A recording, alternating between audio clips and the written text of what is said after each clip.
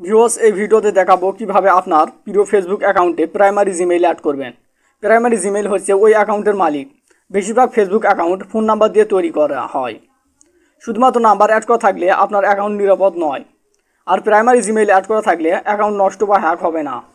নাম্বারের পরিবর্তে জিমেইল এবং পাসওয়ার্ড দিয়ে যে কোথাও আপনার অ্যাকাউন্টটি লগ ইন করতে পারবেন। তো কিভাবে একটি আপনার ফেসবুক অ্যাকাউন্টে প্রাইমারি জিমেইল অথবা জিমেইল অ্যাড করবেন সেটি আমি সম্পূর্ণ পোস্টে আমি স্টেপ বাই স্টেপ এই ভিডিওতে দেখানোর চেষ্টা করব। তাই সম্পূর্ণ ভিডিওটি কন্টিনিউ করুন।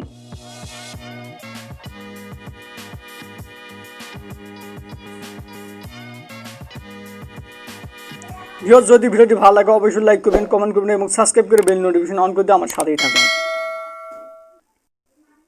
ভিউয়ার্স, আপনি আপনার ফেসবুক অ্যাপসে ক্লিক দিবেন। ফেসবুক অ্যাপসে ক্লিক দেওয়ার পর এখান থেকে উপরে 3 লাইন অপশনটিতে ক্লিক দিবেন।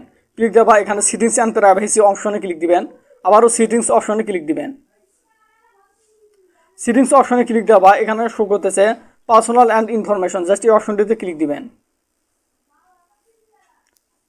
পার্সোনাল অ্যান্ড ইনফরমেশন বা অ্যাকাউন্ট ইনফরমেশন, জাস্ট এই অপশনটিতে ক্লিক দিবেন। ক্লিক দেওয়ার পর এখানে কন্ট্যাক্ট ইনফো, জাস্ট এই অপশনটিতে ক্লিক দিবেন।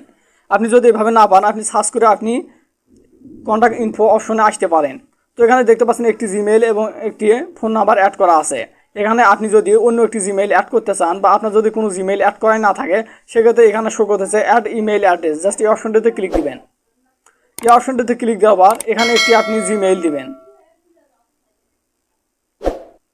এখানে দেখতে পাচ্ছেন এখানে যে জিমেইলের একটি ফাঁকা অপশন, জাস্ট এই অপশনে আপনি যে জিমেইলটি অ্যাড করতে চান জাস্ট সেই জিমেইলটি এখানে টাইপ করে বসিয়ে দেবেন। বসিয়ে দেওয়ার পর এখানে নিচে পাসওয়ার্ডটি দিবেন, আপনার ফেসবুকের যে পাসওয়ার্ডটি আছে সেটি এখানে বসিয়ে দেবেন। ভিউয়ার্স, জিমেইল এবং পাসওয়ার্ড দেওয়ার পর এখানে শো করতেছে অ্যাড ইমেইল অ্যাড্রেস, জাস্ট এই অপশনটিতে ক্লিক দিবেন।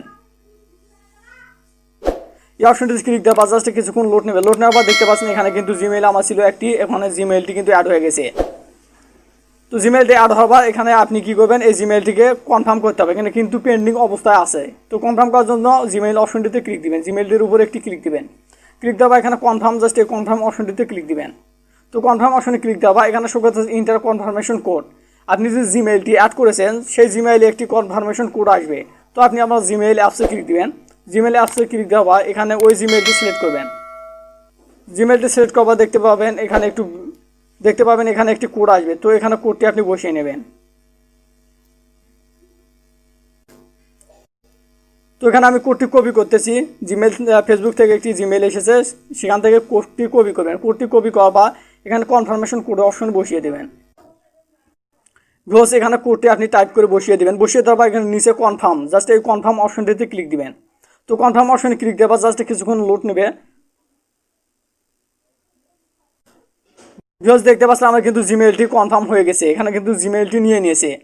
এভাবে আপনি আপনার জিমেইলে একাধিক অ্যাকাউন্ট অ্যাড করে রাখতে পারেন। অ্যাকাউন্ট অ্যাড করলে তো আপনার জিমেইল আপনার ফেসবুক অ্যাকাউন্ট কখনো নষ্ট হবে না।